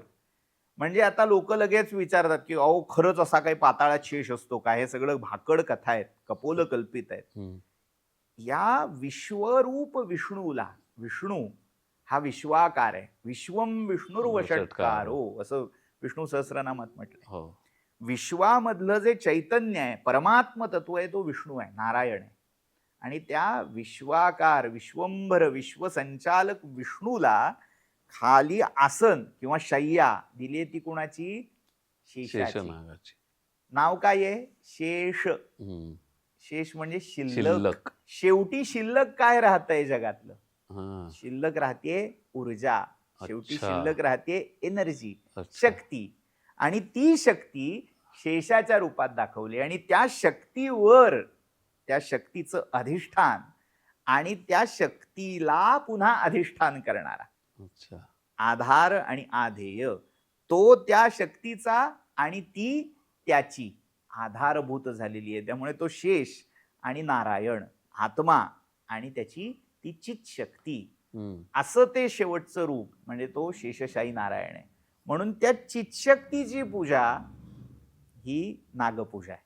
अच्छा. म्हणजे हे किती गूढ आणि ज्याचा खरं तर अभ्यास आपण केला पाहिजे. हे तुम्ही सांगताय, हे खरं तर सिक्रेट्स आहेत, की नागपंचमी ही कशाशी रिलेट करते किंवा कशाचं प्रतीक आहे ते समजून पुन्हा हां. एक गोष्ट त्याच्यात मला ऍड करावीशी वाटते ती अशी, की एवढंच नाही, ज्योतिषशास्त्रामध्ये तुम्ही गेलात तर राहू आणि केतू हं. हे जे 2 ग्रह आहेत, ज्याची सगळ्यात जास्त भीती हो. शनीच्या खालोखाल लोकांना वाटते, त्या दोघांचं प्रतीक म्हणून पण नाग आहे. अच्छा. तिथेही नागाच्या रूपातच या दोघांची पूजा केली जाते. एक आहे ते नागाचं मस्तक आहे, हां. राहू हे नागाचं मस्तक आणि केतू हे नागाचं पुच्छ. त्यामुळे जेव्हा नाग पूजला जातोय, त्याच्या मस्तकाच्या रूपात राहू आणि शेपटीच्या रूपात केतू केतू. पूजला जातो. म्हणजे ग्रहपूजा होते. त्यांचीही शांत, म्हणजे आपण ऐकलं असेल काल सर्पयोग. योग. हो. आता तो प्राचीन ज्योतिषात होता का नाही, नवीन नवीन लोकांनी ह्याच्यात तर नाहीये ट्रेंड का? आणला हो, का, हो. हे मुद्दे बाजूला. हां. पण तिथेही कुठेतरी नागपूजा तोडगा म्हणून, हं. उपाय म्हणून केली जाते. वंशदोष दूर होण्यासाठी, वांशिक जे दोष वंश परंपरेने आलेले असतात, वंश न वाढणं किंवा वाढला असेल तर पुढच्या मुलांची लग्न न होणं, या सगळ्यासाठी पुन्हा एक विधी एक केला जातो, तर नागबली आणि नारायण बली. हं. तिथेही त्या पितरांचं जे अधोगतीला गेलेले आहेत त्यांच्या मोक्षासाठी किंवा त्यांच्या सद्गतीसाठी, वंशातल्या दोषनाशासाठी, निवारणासाठी ही नागपूजा अच्छा. केली जाते. सोन्याचा नाग तिथे हां. अर्पण केला जातो. तर ही नागपूजा म्हणजे पुन्हा तिथे नागप्रतीक आलं. हो. दक्षिणेमध्ये क्षेत्रपाल हं. किंवा सुब्रमण्य कार्तिकेय, त्याचं प्रतीक म्हणूनही नागाचीच पूजा आहे. अच्छा. म्हणजे एवढं सगळं, भूदेवता, हं. भूमीला धारण करणारा, भूमीला सुफलित करणारा, हं. असा हा सगळा नाग मानला असल्यामुळे त्याची पूजा. मग त्याची तिथी आहे आपल्याकडे, ज्या 15 किंवा 16 तिथी मानल्या जातात, त्याच्यामध्ये नागाच्या पूजेसाठी स्वतंत्र पंचमी तिथी हो. ही योजलेली आहे, नागतिथी आहे ती. हम्म. मग आश्लेषा हे नागाचं नक्षत्र आहे. बर. मग आश्लेषा आणि पंचमी या योगावर विशेषत्वाने नागाची पूजा ही केली जाते. मग म्हणून ती नागपंचमी जी साजरी होते ती त्यावरून. सर, तुम्ही जे आत्ता सांगताय ना, त्याच्यावरून एक गोष्ट नक्की लक्षात येते, की नाग हे आपल्या विश्व ऊर्जेचं किंवा आंतरिक ऊर्जेचं प्रतीक आहे. त्याच्यावरती अभ्यास करून एक विशिष्ट उपासना करणं राहिलं बाजूला आणि आम्ही नागाला दूध आणि लाह्या खायला घालत बसलो. बरं, हा नाग दूध पित नाही हे पण सिद्ध झालं. ही परंपरा कुठून आली? काय आहे, गतानुगतिको लोके न लोको पारमार्थिका असं वचन आहे, किंवा म्हणजे? नकोपि पारमार्थिका. म्हणजे लोक अनुकरणशील आहेत. समाज हा अनुकरणशील असतो. एकाने केलं की ते मागचे सगळे त्याच्या पाठी पाठी पाठी चालत राहतात. आता यातलं दुसरं टोक सांगतो, म्हणजे जी बाजू तुम्ही सांगताय त्याची दुसरी बाजू, की मग काही पर्यावरणवादी लोक आहेत की जे याच्यामध्ये म्हणतात की मग नागाची पूजा करण्यापेक्षा तो जे दूध पित नाही किंवा लाया खात नाही, मग त्यांना तुम्ही त्यांचं खाद्य, त्यांचं भक्ष्य द्या, म्हणजे उंदीर, बेडूक द्या. आता आपल्याला पूजा म्हणून काही जो एक प्रारूप फॉर्मॅट पिढ्यानपिढ्या डोळ्यासमोर आलाय, त्याच्यात ही कल्पना बसण्यासारखी आहे का, की नैवेद्य म्हणून उंदीर पकडून आणलाय, बेडूक पकडून आणलाय आणि बाबा नैवेद्यम समर्पयामी म्हणून त्याचा नैवेद्य, हे पटणार आहे का? पण दूध देणं तरी योग्य आहे का? मुळात तुमच्या घरी जे सहजपणे उपलब्ध आहे, सर्वसामान्य माणसापासून ते अगदी कितीही श्रीमंत उद्योगपती जरी असतील, त्या प्रत्येकाच्या घरी सहज जे उपलब्ध होणार आहेत हे दोन पदार्थ आहेत, लाह्या आणि दूध. अहो, पण हे त्या नागाचं अन्न कुठं आहे? नागाचं अन्न आहे किंवा नाही या निष्कर्षाप्रत पोहोचण्याआधी पूजकाने आपल्या ऐपतीनुसार ते देवतेला अर्पण करावं. इथे नाग हा प्राणी म्हणून पूजला जात नाही, इथे देवता म्हणून तो पूजला जातोय. ही आधी एक गोष्ट लक्षात पण घ्यायला हवी. आता सरकारने बंदी घातली म्हणून ठीक आहे, नाहीतर दरवर्षी तो गारुडी घेऊनच यायचा ना नाग. आता मी तेच सांगायचा प्रयत्न करतोय की गतानुगतिकता अशी येत जाते. नाग हे दैवत म्हणून पूजलं जाणं आणि नाग या प्राण्याला त्या जिवंत रूपामध्ये पूजणं, ह्या दोन समांतर गोष्टी आहेत. उदाहरणार्थ एखादा म्हणेल की गणपतीमध्ये गणपतीची पूजा न करता, पार्थिव प्रतिमा न आणता आम्ही हत्तीच आणतो आणि हत्तीचीच पूजा करतो. आपल्याकडे जी विधिविधानं आहेत त्याच्यामध्ये असे कुठे आलंय का की अरे तो जिवंत आणून त्याची पूजा करावी? गंमत अशी आहे की मुळाचा विसर पडला, विधानाचा, विधीचा, धर्माचा विसर पडला की ह्या भ्रांती, हे गैरसमज हे तिथून रूढ होतात. मुळात आपल्याकडे इतकंच सांगितलेलं आहे की त्या सर्प प्रतीकाची पूजा करावी. मग जिथे उपलब्ध आहे तिथे मग त्या प्राण्याची का करू नये? ही म्हणजे आजच्या भाषेत टूम आली. मुळात आपण जर विधान सर्पपूजेचं काढून पाहिलं तर तिथे कुठेही जिवंत सर्पाची, जिवंत नागाची पूजा सांगितलेली नाही. हे मी पूर्ण जबाबदारीने विधान करतो. बर. आपल्याकडे याचा अर्थ नाग दिसला की मारा असं सांगितलेलं आहे का? नाही. तिथे एक पर्यावरणीय जाणीव कशी धर्म जागवतो, आपण ज्या प्रतीकाची पूजा करतोय, नाग पूजा करतोय, त्यांनी नागाला उठसूट मारू नये हा संदेश त्यातनं दिला गेलाय. याचा अर्थ तो जो नाग सृष्टीमध्ये, पर्यावरणामध्ये आपल्याला दिसतोय, त्याचं संरक्षण, संवर्धन आपसूक या एका मूर्तीपूजा, प्रतीक पूजेतून केलं गेलेलं आहे. तिथे तो अलिखित संदेश आहे. हे रीडिंग बिटवीन द लाईन्स आहे. म्हणजे जेव्हा तुम्ही त्या नागाच्या प्रतीकाची पूजा करताय, ती सृष्टीमधली जी योनी आहे, जीव आहे, त्याला तुम्ही जपलं पाहिजे, त्याच्याविषयी आदरभाव ठेवला पाहिजे, हा संदेश त्यातून द्यायचा आहे, ना की त्याची जाऊन पूजा करायची. तिथे कुठेतरी तो जीवस्य जीवनम आहे. तो जीव दुसऱ्या जीवावर, आणि या बरोबरीने तो जीव दुसऱ्या कुठल्या तरी जीवाला घाबरतोय, आपल्याला तो घाबरतो आणि आपण त्याला घाबरतो. कोणाच्याही अधिवासावर, कोणाचीही जी भयस्थानं आहेत याच्यावर धर्मशास्त्रांनी अधिक्षेप करावा, यांनी त्यांच्याकडे जावं, त्यांनी घरात आणावा असं कुठेही सांगितलेलं नाही. आपल्याकडे नाग बली हे कर्म अगदी गृह्यसूत्रांपासून दिसतं. वंशपरंपरागत दोष निवारण व्हावेत किंवा एक गृह्यसूत्रामधला संस्कार आहे श्रोणा कर्म म्हणून, श्रावणी कर्म. त्याच्यामध्येही नागपूजा, नागबली सांगितलेला आहे. नागांसाठी असे बली अर्पण करणं. थोडक्यात ती जी नाग नावाची योनी आहे, नाग हे जे प्राणी जीव आहेत त्यांची कोणीतरी एक अधिदेवता आहे अशी कल्पना करून त्याच्याविषयी ती कृतज्ञता व्यक्त करणं, त्याला ते बली समर्पण करणं, असा त्यातला भाग आहे.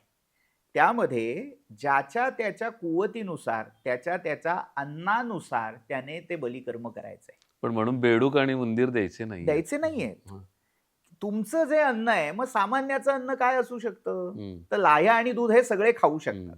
मग तुम्ही त्याचा त्या प्रतिमेला नैवेद्य दाखवायचा आहे, ना की त्या जिवंत नागाला धरधरून उपाशी ठेवून त्याला दूध पाजा, असा त्याचा अर्थच नाहीये. जेव्हा हे अनुकरण सुरू होतं की हा बाबा इकडे चालतं, 32 शिराळ्याला ते नाग जिवंत हे करून मिरवणूक काढतात, चला मग दिसला गारुडी, करा त्याची पूजा, आणा तो नाग, असं उक्त हे नाही. आपल्याकडे प्रतीक रूपामध्ये ती पूजा करायला सांगितलेली आहे.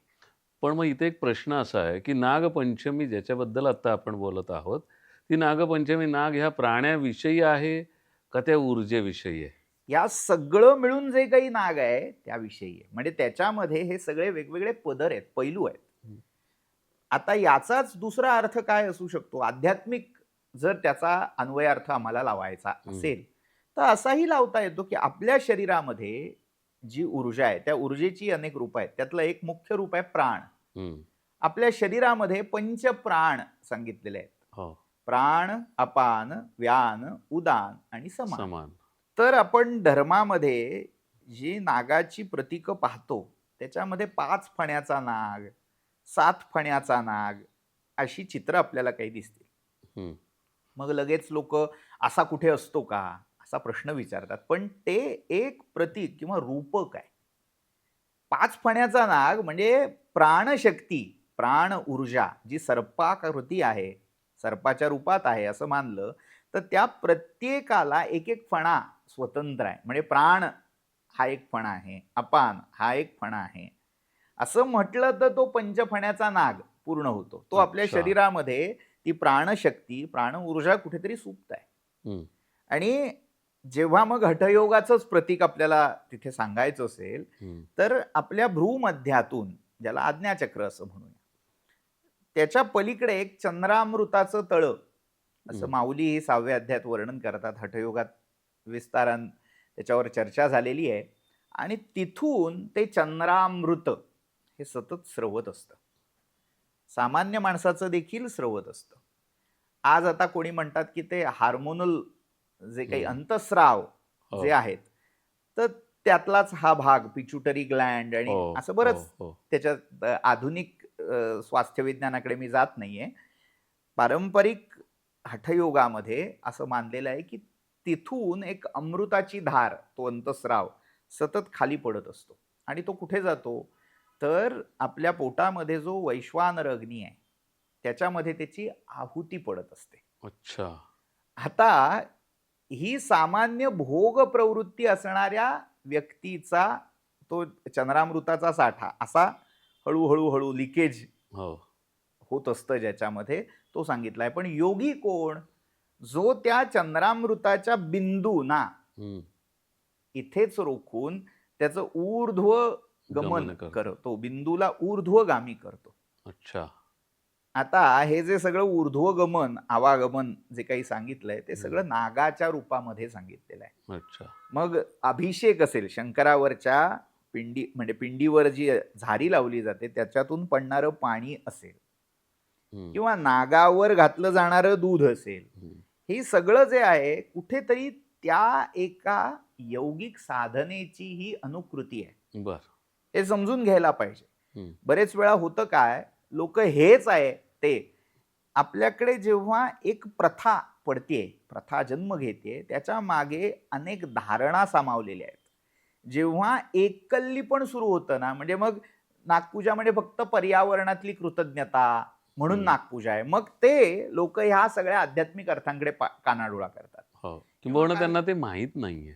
किंवा मग आध्यात्मिक अत्याग्रह सुरू झाला, की मग हा इकडे नागाला मारलं तरी चालतंय. आम्हाला हा नाग म्हणजे आतली हम्म. प्राण ऊर्जा, अरे तोही गरजेचा आहे आणि हाही गरजेचा आहे. हे हम्म. विभाग नाहीयेत.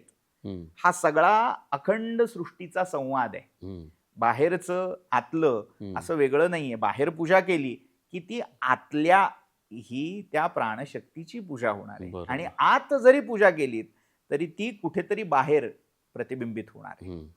हा असा अखंड संवाद या पूजेमध्ये सांगितलेला आहे. तिथे फक्त ते पर्यावरणाच्या दृष्टीने आहे, फक्त ते अध्यात्माच्या दृष्टीने आहे, नाही नाही हे सगळं सोडून द्या, फक्त ज्योतिषाच्या दृष्टीने असे तुकडे त्याच्यात पाडणं आणि त्याला मर्यादित करणं योग्य नाही, एवढंच माझं म्हणणं आहे. पण मग याच्यातून एक असं लक्षात येतंय, की तुम्ही आत्ता जसं सांगितलं, की ती जी योगिक साधनं आहेत, तर जी कोणी हठयोगाचे जे कोणी साधक असतील, त्यांच्यासाठी ती उपयोगाची आहे. शेतकऱ्यासाठी तो नाग त्याचा मित्र आहे, त्याची तो पूजा करणार आहे. मग सर्वसामान्यांनी करायचं काय? काय त्या मातीचा नाग करून त्याची पूजा करायची का? हरकत नाही. आपल्याकडे ज्याची जशी ऐपत, ज्याची जशी क्षमता, त्याने त्यानुसार ती पूजा करावी. आता याचं एक दुसरं उदाहरण देतो, की एखादा श्रीमंत असेल, त्याला वाटलं की सोन्याचा नाग करावा, चांदीचा नाग करावा. तर सोन्या चांदीच्या नागाची पूजा करायला हरकत नाही. आता सर्वसामान्यपणे नाग हा मातीचा केला जातो. काहींच्या घरी चंदन किंवा रक्तचंदनाचे नाग पाटावर काढून नवनाग कुळं काढली जातात. त्याची एक सुंदर रांगोळी पण काही ठिकाणी काढली जाते. तर त्या रांगोळीमध्ये ते नागकुळं काढून त्या नागकुळांची पूजा आहे. म्हणजे एकटा नाग नाहीये. अच्छा. त्याच्या सकट नाग, नागिन, तिची पिलं अशी पूजली जातात. मग यामध्ये ज्याला जे पुन्हा वंश परंपरागत काय आलेलं आहे, वाडवडिलांपासून काय चालत आलेलं आहे, ती पद्धत, ते प्रतीक निवडावं. आता मगाशी सांगितलं कदाचित त्याच्या विरोधी वाटेल, हम्म. पण त्याच्या पुढे जाऊन मी असं विधान करीन की एखाद्याच्या घरी जिवंत नागाची पूजा सांगितलेली असेल, त्याने तीही करायला हरकत नाही. मात्र ती करताना प्रतिमा पूजेच्या वेळेचे जे विधी आहेत ते तिथे करायला जाऊ नयेत. बरोबर, कारण तो जिवंत प्राणी जिवंत आहे. आहे. म्हणजे त्याला तुम्ही उगीच उदबत्ती उद्बत्ती. दाखवायला जाल, दिवा दाखवायला जाल, तर तो तो फुस घाबरणार करून आहे अंगावर येईल. किंवा तो घाबरणार आहे. तर त्या जीवाचं ते रूप लक्षात घेऊन हम्म. त्याला जे अनुकूल वाटेल, हम्म. याचा अर्थ पुन्हा उंदीर आणि बेडकं घेऊन त्याला खा खा द्यायचे म्हणून मागे लगेच. लागणं हा. असं नाही. दुरून करावी. तुकोबांचा एक अभंग आहे की बाबा हा. सर्प वृश्चिक यांच्याही ठाई तो नारायण आहे, हा. म्हणून त्यांची पूजा चंदन लावून आणि मग त्याला अभ्यंग घालून अशी करायची आहे का? हम्म. नाही. त्या त्या रूपानुसार त्याची पूजा, त्याच्याविषयी आदरभाव, हम्म. त्याच्याविषयी कृतज्ञता तुम्हाला ज्या बेताने व्यक्त करता येईल, ज्याच्यात त्याला इजा पोहोचणार नाही. हम्म.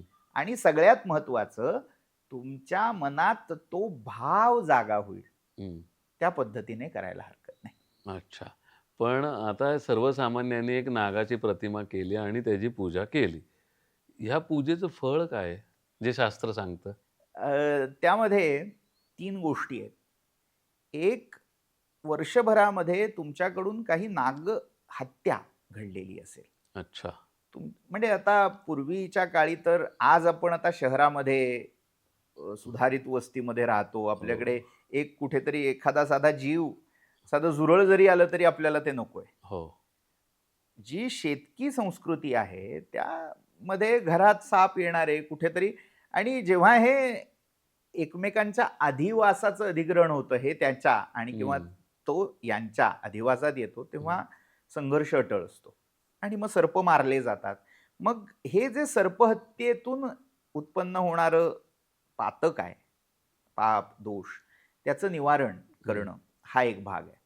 दुसरं, जी ही सर्परूपात असणारी शक्ती आहे, त्या शक्ती म्हणजे जिला विश्वाची आधार शक्ती म्हणून मानलं गेलंय, यौगिक परिभाषेमध्ये जी कुंडलिनी आहे किंवा पुराणाच्या परिभाषेमध्ये शेष आहे, त्याच्याविषयीची, म्हणजे विश्वाला तू धारण केलेलं आहेस, ते असंच धारण करून राहावंस, कुठेही ती जबाबदारी टाकून अतिक्रमण तू करू नयेस, हम्म. अशी प्रार्थना त्यातून आहे. म्हणजे ज्याला योगसाधना करायचे त्याला आपलं आसन पक्क करण्यासाठी त्यातनं उपयोग होणार आहे. अच्छा. जो पुराण दृष्टीने त्याच्याकडे पाहतोय, या विश्वाचा आधार असणारा शेष हम्म. हा त्याला स्थैर्य देणार आहे आयुष्यामध्ये. म्हणजे स्थैर्याची, स्थिर स्थावर करण्याची साधना ही नागपूजा होऊ शकते. अच्छा. ज्यांच्या वंशामध्ये काही दोष आहेत, हम्म. म्हणजे अपत्य न होणं, रोगट किंवा दिव्यांग असं अपत्य होणं, ते दूर होऊन काहीतरी योग्य ती संतती योग्य त्या पद्धतीने उत्पन्न होणं, हम्म. हेही त्याचं फळ आहे. अच्छा. आणि सगळ्यात महत्वाचं जे निष्काम करतायत, आमचा कुळधर्म आहे. हम्म. या विश्वामध्ये वेगवेगळ्या रूपामध्ये परमात्म्याची ती चितशक्ती जी वास करू नये तिच्याविषयी मी कृतज्ञ आहे. हम्म. म्हणून जी पूजा आहे त्या ज्ञानी भक्ताच्याही दृष्टीने त्याच्यातून आत्मसमाधान हे त्याचं फळ आहे, अच्छा. की सर्व रूपामधल्या परमेश्वराची मी पूजा केली. वा, किती छान. आता आपण योगिक साधनेच्या माध्यमातून बघितलं, आपण शेतकऱ्यांच्या दृष्टिकोनातून बघितलं, आता तुम्ही सर्वसामान्यांच्या नजरेतून सांगितलं. आता ज्योतिषशास्त्राच्या दृष्टिकोनातून मला एक विचारावं असं वाटतं, की जो कालसर्प दोष सांगितलेला आहे त्यातला हा कालसर्प काय आहे नेमका? माझा खरं तर ज्योतिष हा विषय नाही, प्रांतही नाही, पण थोडं काय जे ऐकीव गुरुजनांकडून कानावर पडलेलं त्याच्या आधारे मी हे फक्त हा, म्हणजे विधान करतोय. कालसर्प काय आहे तो? राहू आणि केतू अच्छा, ते तुम्ही पत्रिकेमध्ये मगाशी बोलला होता.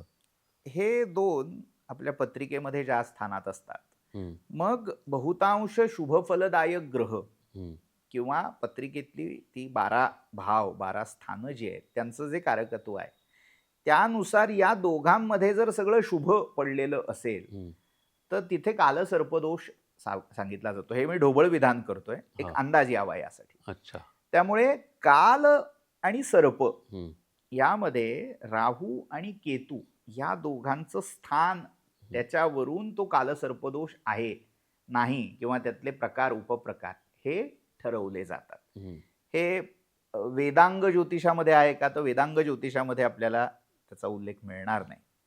आज ज्या स्वरूपात आहे कदाचित त्या स्वरूपात मिळणार नाही, पण एक धारणा वेगवेगळ्या कालौघामध्ये ह्या प्रचलित होत असतात, तशी ही देखील एक धारणा कालसर्पयोगाविषयी प्रचलित आहे. म्हणजे सर्पाच्या मुखामध्ये प्रवेश केला, जसं आपण सापशिडीमध्ये पाहतो हो, की तो तिथे जातो वरपर्यंत आणि सापाच्या तोंडी पडला की तो की तो पुन्हा खाली येतो. येतो. तसं सत्कर्म तुमच्या आयुष्यात शुभ फल देणारे भाग्यवर्धक किंवा असे जे काही ग्रह आहेत ते जेव्हा त्या राहू आणि केतूच्या मध्ये बसतात, हम्म.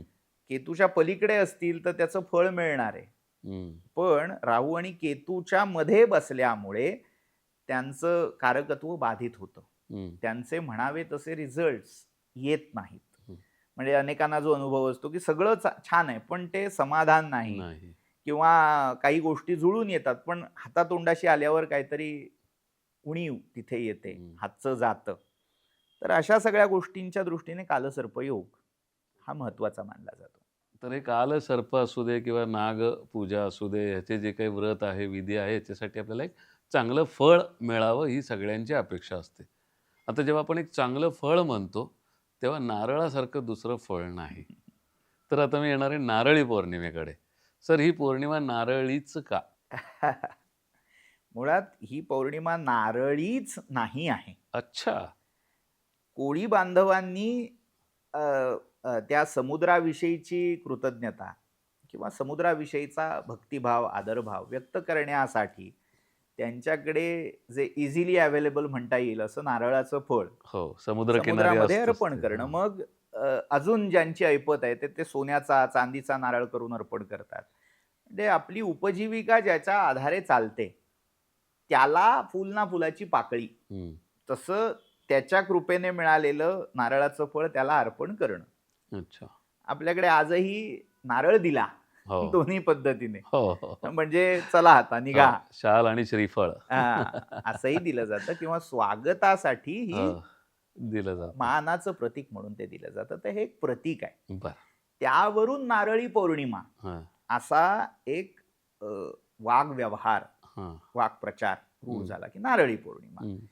ज्या दिवशी नारळ समुद्रामध्ये अर्पण करून पुन्हा एकदा मासेमारीचा गेले हंगाम काही सुरू होतो. सप्ताह किंवा महिने म्हणूया बंद असणारा व्यवसाय बंद होता, तो सुरू केला जातो. तो मुहूर्त म्हणून पाहिला जातो. बर. मग त्याच अनुषंगाने नारळी पौर्णिमा आहे म्हटल्यावर नारळाच्या वड्या, हो. नारळी भात, भात. असं ज्या पक्वांनामध्ये पदार्थामध्ये नारळाचं बाहुल्य आहे हम्म. असे अन्न पदार्थ त्या दिवशी शिजवले जातात. त्याचा नैवेद्य देवाला दाखवून मग ते भोजनामध्ये घेतले जातात, म्हणून ती नारळी पौर्णिमा. पण अच्छा. श्रावणामधल्या ह्या पौर्णिमेचं महत्व काही वेगळं पण आहे. बर. या दिवसाला उपाकर्मासाठी विशेष मानलं जातं. उपाकर्म हा पूर्वीच्या काळी गुरुकुल परंपरेमधला एक महत्वाचा विधी होता. बर. थोडक्यात नवीन ऍडमिशन आजच्या भाषेत बर. म्हणतो ना, म्हणजे उपाकर्म. उपाकर्म. बर. आजही म्हणजे हल्लीच काही वर्ष तो प्रकार सुरू झालाय की शाळेमध्ये नवीन मुलं जेव्हा यायला लागतात, मग त्यांना औक्षण करून बाई आत घेतात वर्गात. तर तसंच एक प्रकारचा संस्कार म्हणजे ते उपाकर्म आहे. उपाकर्म म्हणजे गुरुकुलामध्ये नवीन जेव्हा शिष्य भरती व्हायचे, तर एक प्रकारे त्यांच्यावर तो मंत्रसंस्कार करून त्यांचं विद्याध्ययन सुरू व्हायचं. किंवा गेल्या वर्षी पासून जो विद्यार्थी आपल्याकडे शिकतोय त्याचा नवीन पाठ म्हणजे थोडक्यात नवीन सिलेबस सुरू होण्याचा दिवस म्हणजे हे उपाकर्म आहे. बरं. म्हणजे जून मध्ये जी आपल्याकडे किंवा आता सीबीएसई प्रमाणे एप्रिल मे मध्ये जी नवीन ऍडमिशन सुरू होते, ती आपल्या शास्त्रानुसार नारळी पौर्णिमा किंवा श्रावणी पौर्णिमेला सुरू होते. पूर्वीच्या गुरुकुल परंपरेमधला तो महत्वाचा दिवस होता. अच्छा. त्यातला अजून एक महत्वाचा भाग म्हणजे या दिवशी वेदांचा पुनरुद्धार झाला.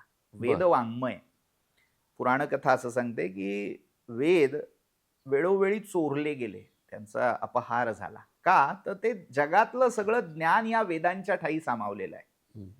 आणि त्या वेदांचा अपहार करण्यासाठी अनेक आसुरी शक्ती ह्या टपून असतात. कारण याच्यामुळे जी सात्विकता आहे समाजामध्ये, स्थैर्य आहे, धर्म आहे, तो या वेदांमुळे टिकून आहे. या वेदांचा आजही असे महाभाग आज आसुरी विचारांचे जन्माला आलेले आहेत, मनुष्य रूपात वावरत आहेत की वेद नकोत, वेदात काय आहे असं प्रश्नचिन्ह उपस्थित करून समाजाला वेद आणि वैदिक संस्कृतीपासून तोडायचा प्रयत्न करतायत. हो. या सगळ्यांना हे लक्षात ठेवावं लागेल की वेद हे धर्माचं मूळ आहेत. वेदोखिलो धर्म मूलम. आणि जिथे त्या वेदाला तुम्ही धक्का पोहोचवताय, वेदांचं वैदिकतेचं अस्तित्व, त्यांचं महत्व नाकारताय, तिथे तिथे तुम्ही धर्माला धक्का पोहोचवताय. आणि जिथे धर्माला धक्का पोहोचवण्याची प्रवृत्ती जन्म घेते, तिथे भगवंत अवतार घेऊन त्याचं निवारण करतात. त्यामुळे जे असा काही प्रकार करतायत त्यांनी वेळीच हे लक्षात घ्यावं आणि आपले हे वेद विरोधी जे काही विचार आहेत ते त्याचा प्रचार प्रसार थांबवावा. खरं. यातला पहिला प्रयत्न हयग्रीव नावाच्या एका असुराकडून झाला. बर. काही ठिकाणी शंखासूर म्हणूनही उल्लेख मिळतो. तर त्यांनी ब्रह्मदेवाकडे असणारे हे 4 वेद पळवून नेले. आता ते मूळ 4 होते का एकच होता हा पुन्हा एक मतमतांतराचा भाग. पण वेद ज्ञान हे त्याने पळवून नेलं, अपहरण केलं. मग त्याच्या तावडीतून वेद सोडवण्यासाठी भगवंतानी हयग्रीव याच नावाचा अवतार धारण केला. नारायणाचा हयग्रीव नावाचा, ज्याची ग्रीवा, ज्याचं मस्तक हयाचं म्हणजे घोड्याचं आहे. अच्छा. असं भगवंताचं रूप या दिवशी प्रकट झालं. आणि त्या हयशीर्ष किंवा हयग्रीव रूपामध्ये भगवंतानी वेद जे लुप्तप्राय झाले होते, नष्टप्राय झाले होते, त्याचा पुनरुद्धार करवला. म्हणून वेद ज्ञान जे ग्रहण करतायत, वेदाध्ययन जे करतायत, वेदाध्यापन जे करतायत, त्यांच्या दृष्टीने हा दिवस फार महत्वाचा आहे. कारण या दिवशी लुप्त झालेल्या श्रुती, वेद, त्याचं ज्ञान हे पुन्हा जगामध्ये प्रकट झालं या भगवंताच्या हयग्रीव रूपाकडून. त्यामुळे त्या दिवशी हयशीर्ष जयंती साजरी केली जाते. हयशीर्ष रूपाचं पूजन या दिवशी केलं जातं. तसंच अजून एक याचं महत्व आहे रक्षाबंधन म्हणून. राखी पौर्णिमा म्हणूनही या दिवसाला आपण ओळखतो. हे नेमकं काय आहे तर आपलं संरक्षण व्हावं यासाठी रक्षासूत्र आपल्या मनगटामध्ये बांधणं. मणिबंध म्हणजे मनगट. त्या मणिबंधावर एक सूत्र बांधायची पद्धत होती. मग हे सूत्र कोणी बांधावं? पूर्वापार पुरोहित जे आपल्याकडे पौरोहित्य करतात, पूजा सांगतात त्यांच्याकडून किंवा एखाद्या मंदिरातल्या देवकुलिक म्हणजे पुजाऱ्यांकडून किंवा आपले जे हितचिंतक आहेत, आई, वडील, बहीण, भाऊ यांच्या कोणाच्या तरी शुभ हस्ते ते आपल्या मनगटात बांधून घेणं. बर. मग कुमारिकेच्या हातून ते बांधून घ्यावं असाही एक प्रवाद आहे. मग कुमारिका म्हणजे आपली बहीण का बहीण. नको, मग बहिणीच्या हातून ते बांधणं बर. ही पुढे रूढी होत गेली. कुमारिकेच्या किंवा सुवासिनीच्या हातून बांधून घेणं हम्म, हे पुढे मग आपल्या बहिणीच्या हातून बांधून घेणं हम्म. इथे आलं. मग ते भावा बहिणीच्या प्रेमाचा उत्सव. पण प्रणव सर, इथे रक्षा कोण कोणाची करतंय? बहीण भावाची का भाऊ बहिणीची? आता बॉलिवूडने जे रक्षाबंधन उभं केलंय डोळ्यासमोर लोकांच्या, त्यांना असं वाटतं की हा, बहिणीची रक्षा करण्यासाठी भावाला तिने एक प्रकारे ते जाण करून देण्यासाठी ते सूत्र बांधलंय. हा.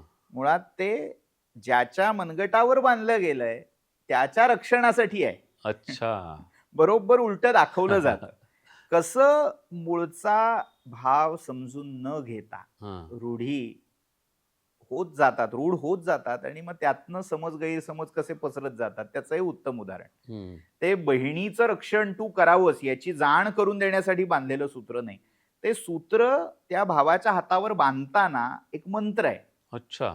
म्हणजे आज ते नुसतं एक सेलिब्रेशन आणि मग त्याच्या बदल्यात कॅडबरी डेअरी मिल्कची जाहिरात आपण जाहिरात, करून हो, घेतो. हो. पण ते नेमकं काय आहे? त्या कुमारिकेच्या किंवा सुवासिनीच्या हातून, आपल्या बहिणीच्या हातून जेव्हा ते बांधून घेतोय तेव्हा तिने तो मंत्र म्हणणं अपेक्षित आहे. बर. मंत्र असा आहे, येन बद्धो बली राजा दानवेंद्रो महाबलहा. बर. येन बद्धो बली बळीराजा. राजा दानवेंद्रो महाबलहा बर. तेन त्वाम अनुबध्नामि रक्ष्ये माचल माचल. बर. याचा मराठीत अर्थ काय होतं? ज्या रक्षासूत्राने प्रत्यक्ष महाबली असणारा दानवांचा राजा बली हम्म. तोही बांधला गेला, त्या सूत्राने मी तुला देखील बांधत आहे. हे रक्षे म्हणजे त्या रक्षासूत्राला प्रार्थना केली की तू मा चल, तू चलित होऊ नकोस, तू ढळू नकोस, तू स्थिर व्हा, स्थिर हो. आणि ज्याच्या मनगटावर तू बांधला गेला आहेस म्हणजे त्या सूत्राला किंवा त्या धाग्याला प्रार्थना, त्याचं तू रक्षण कर. अच्छा. म्हणजे केवढा म्हणजे गहन असं अर्थ मानलं आहे जातं, त्याचा. त्याच्यात एक कथा उद्धृत केली जाते की भगवान विष्णू हे बलिराजाचं रक्षण करण्यासाठी त्याच्या दरवाजावर दारवंठा तयाचा ऋषिकेशी झाला. हम्म. नारायण त्याचं रक्षण करण्यासाठी, कारण त्याला सुतल लोकी त्याला पाठवलं गेलं. त्याचं सगळं सर्वस्व भगवंतानी काढून देवांना दिलं, पण त्या बदल्यात त्याला मारलं का? तर त्याला त्याचा वध केलेला नाही, त्याचं संरक्षण केलं, त्याला चिरंजीव म्हणून ठेवलं. अच्छा. आणि तो सुतल लोकी जो राहिला त्याचं रक्षण करण्यासाठी स्वतः भगवंत द्वारपाल होऊन तिथे राहिले. हम्म. आता देव द्वारपाल झाल्यावर लक्ष्मीला तिकडे करमेना, म्हणून लक्ष्मीने ते रक्षासूत्र आणून बळीराजाच्या हातावर बांधलं की आता तुझं रक्षण करण्यासाठी हे सूत्र मी बांधतेय, आमच्या आहोना सोडा. अच्छा. अशी एक लोककथा प्रचलित आहे. हम्म. पण असं ते रक्षासूत्र आहे. हम्म. प्रत्येकाने म्हणजे फक्त पुरुषांनी बांधावं का? तर असं नाही, ज्याचं ज्याचं रक्षण व्हायला हवंय त्या प्रत्येकाच्या हातावर ते बांधता येईल. मग हे कोणी बांधायला हवं का? बहिणीनी, बायको बायकोनी? देखील बांधू शकते. अच्छा. म्हणजे ते काय झालं मधल्या काळात, ह्या सगळ्या सोशल मीडिया किंवा त्या काळातल्या सिरियल्स, पिक्चर्स असतील, त्याच्यामुळे हे झालं की एकदा राखी बांधली की ते बहीण भाऊ झाले. हा. म्हणजे कदाचित हे सगळं ऐकून जे कॉलेजमध्ये टरकून जात हो, नाही हो. रक्षाबंधनच्या दिवशी आम्हाला राखी बांधली तर त्यांना ती कदाचित मजा वाटेल, आनंद होईल की हा आता काही नाही. मुद्दा एवढाच आहे की या सगळ्या मागची भावना हे रक्षासूत्र, माझं रक्षण करो, अच्छा. एवढीच आहे. आणि ते प्रत्येक जण आपल्या हातावर बांधू शकतात. वा. आणि हे सगळं आपण लक्षात घेतलं पाहिजे, त्या पद्धतीने आपण ते केलं पाहिजे. अजून एक यामध्ये या दिवसाचं महत्व जाता जाता उद्धृत करतो, ते श्रावणी या दिवशी केली जाते. हा. म्हणजे जे उपनीत आहेत, उपनयन संस्कार ज्यांचा झालाय त्यांचं जानवं बदलायचं, जानवं एवढाच बदलायचं. अर्थ त्यातनं घेतला जातो. हो. पण ते फक्त जानवं बदलण्यापुरता हा संस्कार नाही. आपले जे ऋषी आहेत, आपले पूर्व सूरी आहेत, जे वेदाध्ययन करणारे आहेत, ती वेदशाखा ज्यांच्यामुळे जिवंत आहे, त्या सगळ्यांचं स्मरण या दिवशी केलं जातं. अच्छा. आपल्या गुरुपरंपरेचं स्मरण या दिवशी, जसं गुरुपौर्णिमेच्या दिवशी आहे, हो. तसं या दिवशी आपल्या वेदशाखेचं प्रणयन ज्यांनी केलं, हं. त्या सगळ्यांचं स्मरण, त्यांच्यासाठी आहुती ही दिली जाते. ते श्रावणी कर्म देखील आजच्या दिवशी केलं जातं. अच्छा. त्यामुळे समाजातल्या विविध स्तरातल्या व्यक्तींसाठी ही श्रावणी म्हणजे श्रावण पौर्णिमा फार महत्वाची आहे. अच्छा. खूपच छान सांगताय तुम्ही. आता मला हे विचारायचं आहे, की रक्षासूत्र किंवा जी राखी आहे, तर ती राखी साधारणपणे जन्माष्टमीपर्यंत ठेवतात आणि नंतर ती विसर्जित करतात, काढून टाकतात. तर हे वर्षभर ठेवावं का काय एवढाच कालखंड आहे तो? शक्यतो प्रतिसर किंवा रक्षासूत्र ज्याला हां. म्हटलं जातं, ते जास्तीत जास्त 21 दिवसापर्यंत हातात ठेवता येतं. बरं. ठेवावं. पण त्याच्यामधल्या कालावधीमध्ये कुठे अपवित्र असा स्पर्श झाला, हं. अमंगल असा त्याला स्पर्श झाला किंवा ते दूषित झालं, काही अशा अमंगल गोष्टींचा त्याला स्पर्श झाला, हं. विशेषतः श्वानाचा म्हणजे कुत्रं किंवा त्याचाही त्याला स्पर्श झाला, त्याने ते चाटलं. मग अवघड आहे. कारण आता हां, हल्ली प्रत्येक घरात आधुनिक आहे. काळामध्ये मी त्यांच्याबद्दल बोलत नाहीये. तर ती केस वेगळी आपल्या आहे. आपल्या आकलनाच्या पलीकडची आहे. पण असं काही जर झालं, तर ते रक्षासूत्र विधिवत विसर्जित केलं जातं. म्हणजे बरं. हातातून सोडून वाहत्या जलप्रवाहामध्ये आता ते त्याचाही अतिरेक करायचा नाही. हं. विसर्जित करणं म्हणजे त्यातली जी पवित्रता आहे, हं. ती त्या महाभूतामध्ये विलीन झाली आणि आता हा साधा दोरा झाला असं म्हणून बरं. त्याचं विसर्जन केलेलं आहे. हं. असं केलं जातं. पण काही लोकं ते ते फिलिंग येण्यासाठी हो. वर्षभरही हातात बांधून ठेवतात, पण त्याला शास्त्राधार काही नाही. बरं. ती रूढी आहे. पण मग आता एक शेवटचा प्रश्न असा आहे, की राखी ही कशी असावी? म्हणजे तो गोंडा असावा का ती फॅन्सी राखी हल्ली खूप निघालेली आहे? तर त्याबाबत शास्त्र काय सांगतं? आपल्याकडे देवतांसाठी पवित्रारोपण नावाचा विधी सांगितलाय. बरं. देवतेला तंतू किंवा सूत्र, दोरक असं म्हणूया, हं. ते वाहिलं जातं. वर्षातनं साधारण 4-4 किंवा 3-3 महिन्याच्या फरकाने ते पवित्रारोपण करायचा विधी आहे. मग ते दर्भाचं असावं, रेशमी दोऱ्यांचं असावं किंवा ज्याची ऐपत नाही कार्पास, कापसाचं. कापसाच्या दोऱ्यांनी साध्या आपल्या हं. तंतूने केलेलंही असू शकतं. मग ते आधी देवाला वाहून मग धारण करावं, बरं. असा विधी आहे. मग त्याच्यामध्ये जेव्हा फॅशन येते, मग त्याच्यावर कार्टून येतं. हो. त्याच्यामध्ये वाटेल ते काय ऑडिओ व्हिडिओचे असे गॅजेट्स येतात, सोन्या घड्याळासारखं, चांदीच्या सोन्या राख्या चांदीच्याही येतात. येतात. पण हे सगळं गौण आहे. त्याच्यामध्ये तो धागा हा फार महत्वाचा आहे. जो शक्यतो रेशमी असावा, बरं. शुद्ध रेशीम असावं, जे शक्य नाही, किमान पक्षी तो कापसाचा तरी नक्की असावा. शक्यतो नायलॉन किंवा जे कृत्रिम धागे आहेत, ते त्याच्यामध्ये वापरले जाऊ नयेत. आणि ते बांधताना देखील त्याच्यावरची चिन्ह, त्याच्यावर जे काही जोडलेलं, चिकटवलेलं असेल, ते कृत्रिमतेकडे किंवा ज्याला काही हेय, हं. विनोदी हं. किंवा जे पाहिल्यावर मनामध्ये चांगले भाव जागे होत नाहीत, अशा स्वरूपाचं काहीही नसावं. अच्छा. जे पाहिल्यावरही मनाला छान वाटेल, प्रसन्न वाटेल, कुठेतरी पावित्र्य जागं होईल, हं. असं असायला हरकत नाही. याचा अर्थ लगेच देवांचे फोटो हां. हे त्याच्यावर लावू नयेत. ते हं. देवप्रतिमांचा अपमान त्यातून होत असतो. खरं आहे. त्यामुळे लोकं मग त्याच्यामध्ये रुद्राक्ष ओवणं, मणी ओवणं हे सगळे प्रकार करतात. तर ज्याच्या त्याच्या संप्रदायानुसार त्याने ते करावं, पण मुख्य त्याच्यामध्ये रेशमी धागा रेशमी धागा असायला हवा. असायला हवा. आणि तो त्या मंत्राने म्हणून तो परिधान करावा किंवा घालावा त्या ह्याला. सर प्रणव सर तुम्ही खूप छान सांगताय कारण श्रावण महिनाच इतका छान आहे. त्यामुळे आपल्याला खरं तर वेळ पुरलेला नाहीये. पण श्रावण विशेष हा इथे संपणार नाहीये. तर आपण पुढचा भाग त्याचा नक्कीच करूयात. पण आज तुम्ही इथे आलात आणि आम्हाला खूप छान माहिती दिलीत त्याबद्दल तुमचे खूप खूप आभार. नमस्कार. नमो नमः. प्रेक्षक हा एपिसोड तुम्हाला कसा वाटला आम्हाला जरूर सांगा. मला माहिती आहे तुमच्या मनात काही प्रश्न असणार आहेत. तर ते आम्हाला कॉमेंट्समध्ये जरूर विचारा आणि श्रावण विशेष भाग 2 घेऊन लवकरच आम्ही तुमच्या भेटीला येऊ. तोपर्यंत नमस्कार.